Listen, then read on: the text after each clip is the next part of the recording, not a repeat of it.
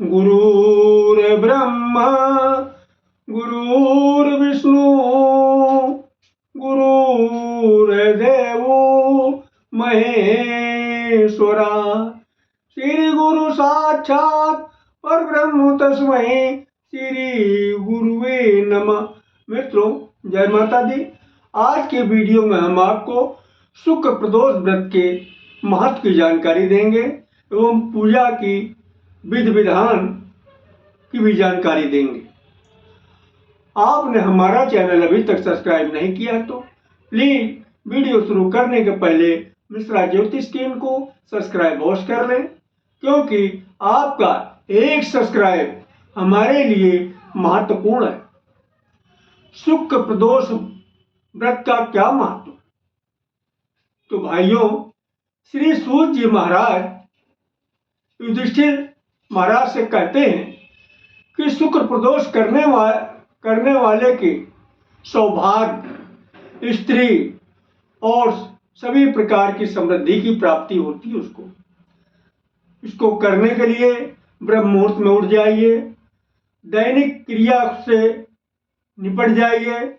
इसके बाद स्नान करके साफ कपड़े पहन के भगवान भोलेनाथ के सामने बैठकर दाहिने हाथ में पुष्प, अक्षत, मिष्ठान, जल, दक्षिणा आदि लेकर संकल्प करें जिस निमित्त आप व्रत रखना चाह रहे हैं, और अपनी सामर्थ्य अनुसार ये भी संकल्प कर लें कि मुझे निराहार, फलाहार या जलाहार किस तरीके से हमको व्रत करना। फिर सायंकाल सूर्योदय से 1 घंटा पहले स्नान आदि करके सफेद कपड़े पहनकर पूजन स्थल को साफ कर डालिए। कुछ आसन या ऊन के आसन पर पूर्व या उत्तर दिशा की ओर मुंह करके बैठ जाइएगा। पंचोपचार, दशोपचार या षोडशोपचार जैसा भी आप कर सकते हैं, अपनी सामर्थ्य के अनुसार पूजन कीजिएगा।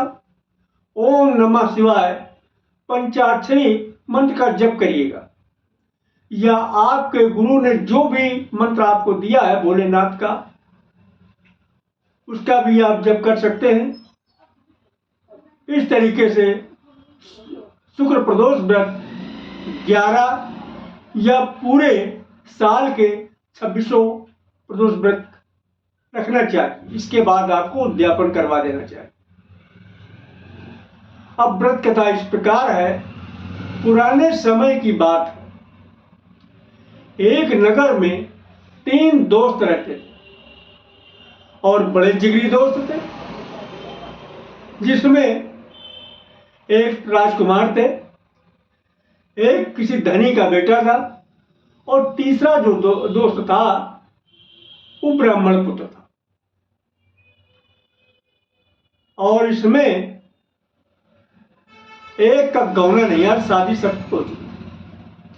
एक दिन तीनों दोस्त स्त्रियों की प्रशंसा कर रहे थे, तारीफ कर रहे थे। तो ब्राह्मण कुमार ने स्त्रियों की प्रशंसा करते हुए कहा कि औरत बगैर घर भूतों का डेरा है।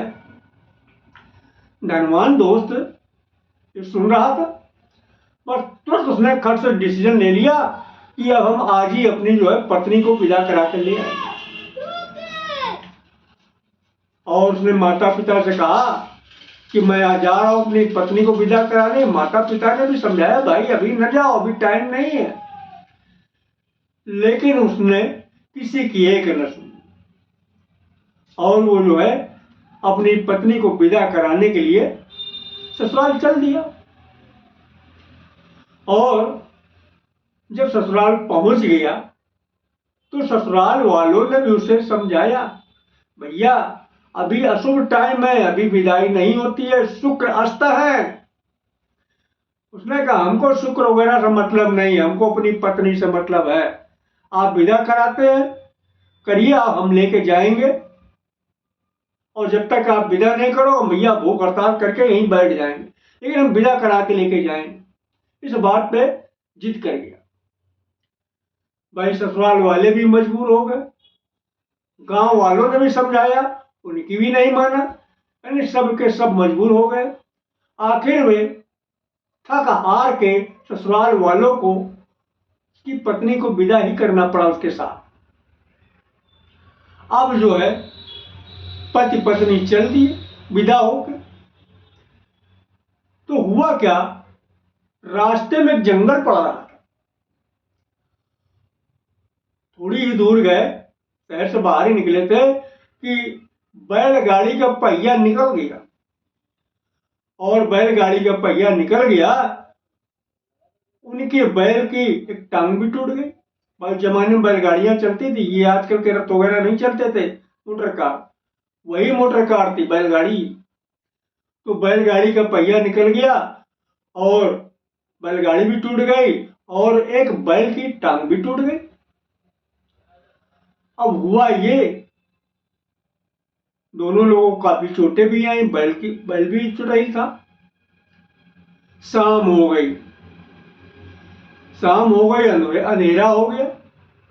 इतने में भाई उधर से डाकुओं का एक गिरोह गुजर रहा था। डाकुओं ने घेर लिया, क्योंकि ये जो है सोने चांदी से दुल्हन लदी हुई थी। उन्होंने क्या काम किया, सारा धन जो है डाकुओं ने लूट लिया। ये लोग भाई किसी तरीके से रोते पीटते अपने घर पहुंचे। अब घर पहुंचे तो एक नई समस्या खड़ी हो गई। घंटे 2 घंटे में धनवान के बेटे को सर्प ने भी डस लिया। भाई धनवान ने जो है वहां के बहुत बड़े वैद्य को बुलाया। वैद्य ने नब्ज देखा और नब्ज देके बोला कि भाई अब इसके पास ज्यादा टाइम नहीं है, मात्र 3 दिन का समय बचा। 3 दिन के बाद में प्राण पखोरी इसको उड़ जाएंगे। अब उसके माता पिता भी घबराए। अच्छा, तब तक की जो है उसका मित्र जो ब्राह्मण कुमार था उसको खबर लगी। वो वहां से आया अपने मित्र को देखने, और मित्र को देखा। इसके बाद तुरंत जो है ब्राह्मण कुमार ने एक मशवरा दिया अपने दोस्त के माता पिता को। ये सारी परेशानी इसके ससुराल से आई है, क्योंकि इस समय शुक्र अस्त चल रहा है और इसको इसी समय पति पत्नी को दोनों को ससुराल भेजो, तभी इसकी जान बचेगी, वरना जान इसकी नहीं बचेगी। धनी ब्राह्मण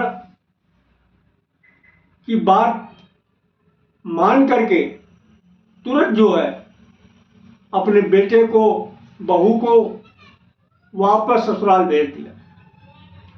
और वहां पर पहुंचते ही पति पत्नी खुश हो गए, क्योंकि कि पति की हालत सुधर गई, यानी धनी के बेटे की हालत में सुधार हुआ, वह स्वस्थ हो गया। तो शुक्र प्रदोष के प्रभाव से सभी घोर संकट टल जाते हैं। 8 मार्च शुक्रवार 2024 को शुक्र प्रदोष व्रत किया जाएगा। बोलो उमापति महादेव की जय। अगर हमारा वीडियो आपको पसंद आया है तो मिश्रा ज्योतिष केंद्र को सब्सक्राइब करें, लाइक करें और अपने इष्ट मित्रों में अधिक से अधिक शेयर करें तथा कमेंट बॉक्स में जय माता दी लिखना ना भूलें। जय माता दी।